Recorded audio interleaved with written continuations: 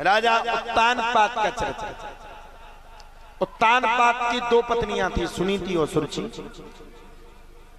सुनीति जो नीति से चले, सुरुचि जिसकी बार बार रुचि बढ़े। सुनीति का कुछ समय के बाद राजा ने परित्याग कर दिया और सुनीति के गर्भ से ही ध्रुव जी का जन्म हुआ। बोलो ध्रुव जी महाराज की। दूसरी रानी थी सुरुचि, जिसकी बार बार रुचि बदले, जिसकी एक बार रुचि ना चले, जिसकी बार बार रुचि चले। सुरुचि का विवाह भी, सुरुचि के जो पुत्र हुए उनका नाम था राजा उत्तम। ध्रुव जी अपने पिता से मिलने के लिए रोज जिद करें, हमें तो पिताजी से मिलना, पिताजी से मिलना, पिताजी से मिलना। सब बड़े भारी परेशान, और जब सारे हैरान हो गए तब एक दिन माता ने कह दिया, जा इस देश के जो राजा उत्तम हैं वही तेरे पिता हैं। पहुंच गए, पिता से मिलने की बड़ी खुशखबरी थी। पिता ने पुत्र को देखा तो अंक से लगाया, और जब पिता ने पुत्र को अंक से लगाया तब सौतेली माता ने पुत्र को उतार करके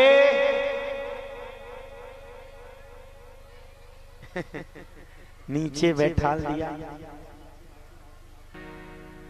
जब पुत्र को नीचे उतारा तब पुत्र ने पूछा, मेरी गलती क्या है? तब माता ने कहा, तेरी गलती ये है कि तूने मेरे गर्भ से जन्म नहीं लिया। जब तूने गर्भ से जन्म नहीं लिया तो इस राज्य का हकदार भी तू नहीं है। उड़ जा यहां से, भाग यहां से।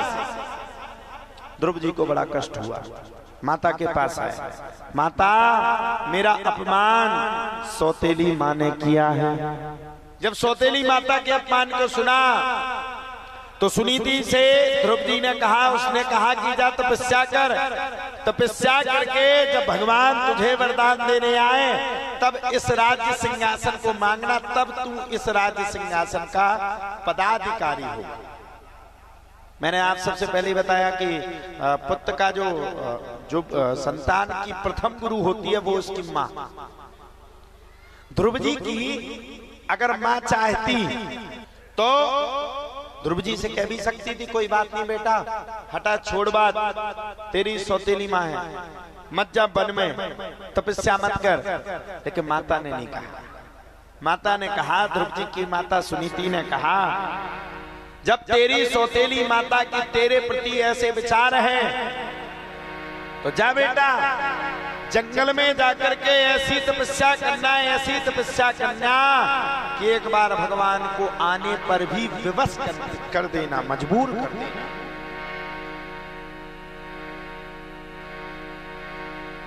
मां की बात को सुनकर के ध्रुव जी महाराज जंगल की ओर चल पड़े। नंगे पैर चले जा रहे हैं, पूरी जंगल की ओर भ्रमण करते हुए श्री ध्रुव जी महाराज चले जा रहे हैं, चले जा रहे हैं, चले जा रहे हैं। और जंगल तक जाते जाते जाते जाते जाते नारद मुनि ध्रुव जी महाराज को बीच रास्ते में मिल गए। और जिसको नारद जी मिल जाए ना, समझ लो भगवान मिलने वाले हैं। नारद जी भगवान के पिए हैं। पिए जानते हो आप लोग?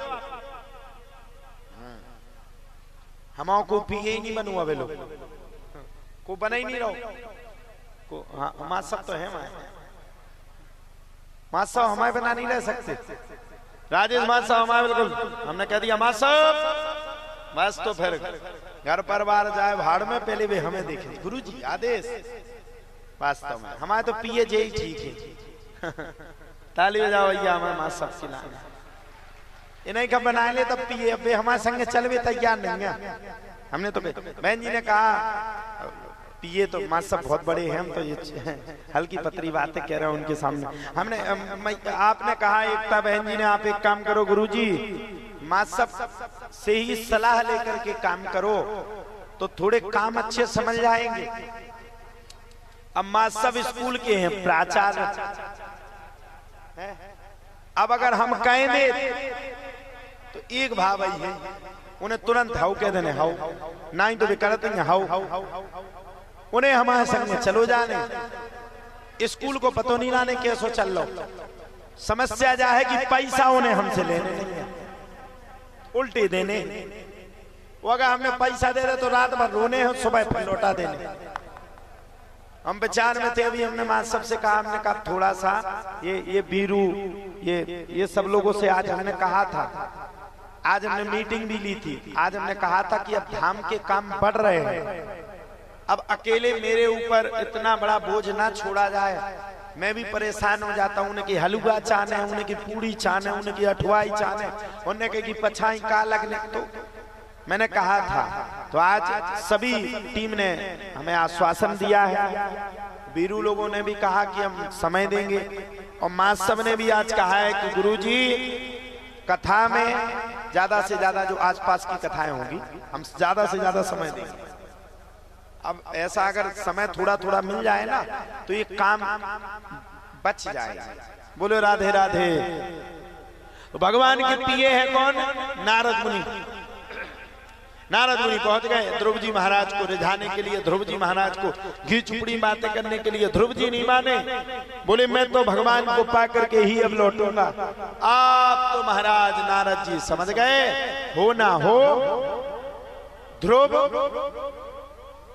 भगवान को पा करके ही लौटेगा।